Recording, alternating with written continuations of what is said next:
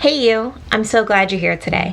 I'm Jenny Prachko from Mountains Indigo, and I make videos about spirituality, goal setting, journaling, mental health and awareness, and my story. We are at my desk today. I wanted to share with you one of my favorite recent weekly spreads. It is full of succulents for your bullet journal and a special little monster at the end of the week to help us tackle those really big projects. You know, eat those frogs, slay those dragons, just gist and GSD and get all that crap done that we don't want to do and that we've been putting on the back burner. This little section in my bullet journal and this little illustration that goes with the bullet journal is going to help me tackle those big projects for the week. If you're loving these bullet journal videos, make sure you give me a thumbs up. That is the best thing that you can do to help me grow and help me on YouTube. I love seeing comments from you all and talking with you, and I just absolutely love making these bullet journal spreads. It's so much fun for me, and it helps me get my creative need in for the day, and I just love creating art. So let's go ahead and get into my bullet journal for this minimalist weekly spread featuring succulents and a little monster to help us tackle those big projects.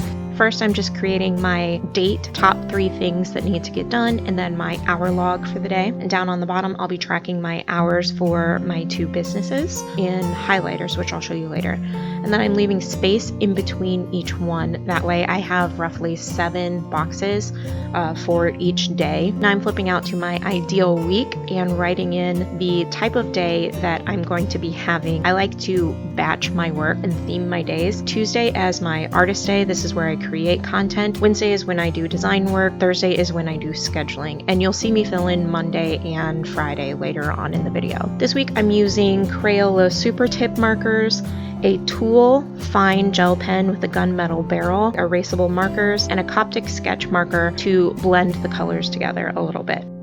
I haven't used my Crayola Super Tips in a while, and I forgot how much I love them. And I keep pulling out my favorite brown tannish color for the pots. And I absolutely love these markers so much. They're so easy to use and so easy to blend as well, which you'll see later on Friday's succulent. So this aloe vera plant is based on my plant, whose name is Fred, and I have a little Dymo label maker label on the front of him that says Fred, so that's what I'm going to be making here in just a second, putting on a little black label with white lettering that says Fred. I've actually had this aloe vera plant since high school, and then my brother took it, and it just keeps having little pups, and we share it between him, me, and my mom. So this plant is probably close to 15 years old.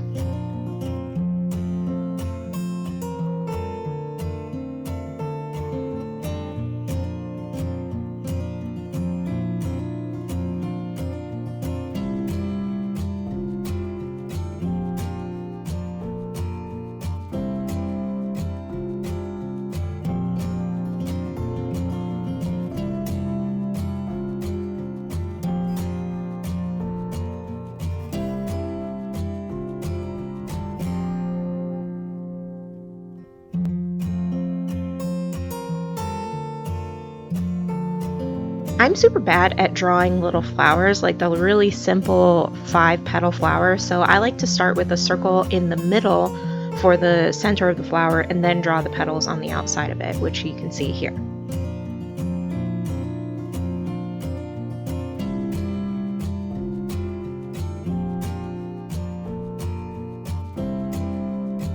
Also, if you're not already, make sure you subscribe over on my website for my private monthly spirituality journaling prompt. You can normally only get these by being on my newsletter, but for this month, I actually shared it with you here on YouTube. So I'll go ahead and leave that linked up above and down below so you can get this month's private monthly spirituality journaling prompt and you can journal along with us. But remember, after this month, they're going private again. These private monthly spirituality journaling prompts go out on the 1st every month. You'll get a private email from me with a spirituality prompt, a private video, and a peek into my journal with my private answer from my personal journal to help you journal if you're feeling a little stuck. Sign up now before the 1st. The link is in the description.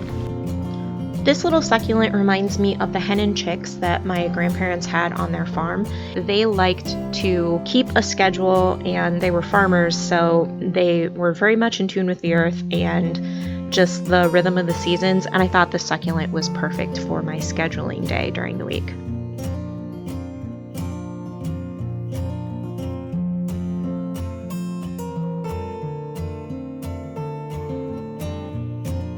And now we're at the last succulent for the week for Friday. For this one, I thought I wanted to do a really bright green, but I ended up not liking it. And the good thing about these Crayola Super Tips, like I said earlier, they are really easy to blend. So you can see here I'm blending in a different color, and it gives it a little bit more depth and richness. And then I'm going back in with that pink erasable marker for the flower at the top.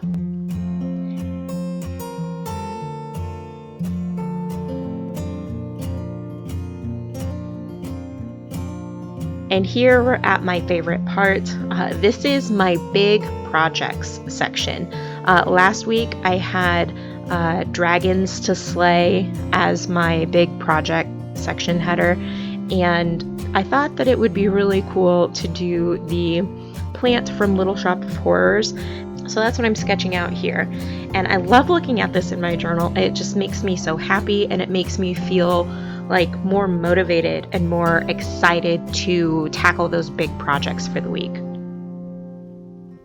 And over the eye, I'm making a little fly. I was thinking about putting a fly up on the top of this little guy, but I decided not to. I felt like it was better left without the little fly on the top, so it looked like he was reaching out for the rest of the days of the week to help me tackle those big projects.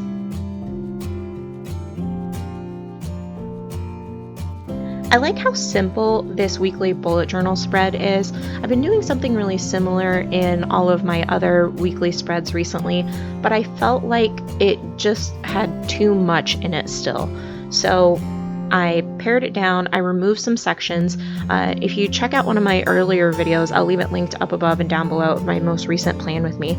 I removed the bottom sections. I removed my tasks and next week section, and then I moved my notes over to the side underneath this big project section.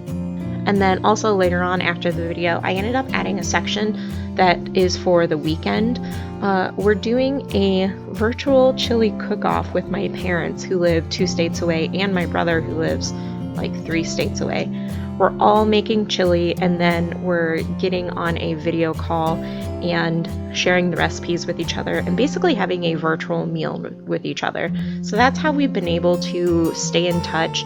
And I have a little section that says weekend and chili cook-off, and I'm really excited to get to see them and spend some time with them virtually.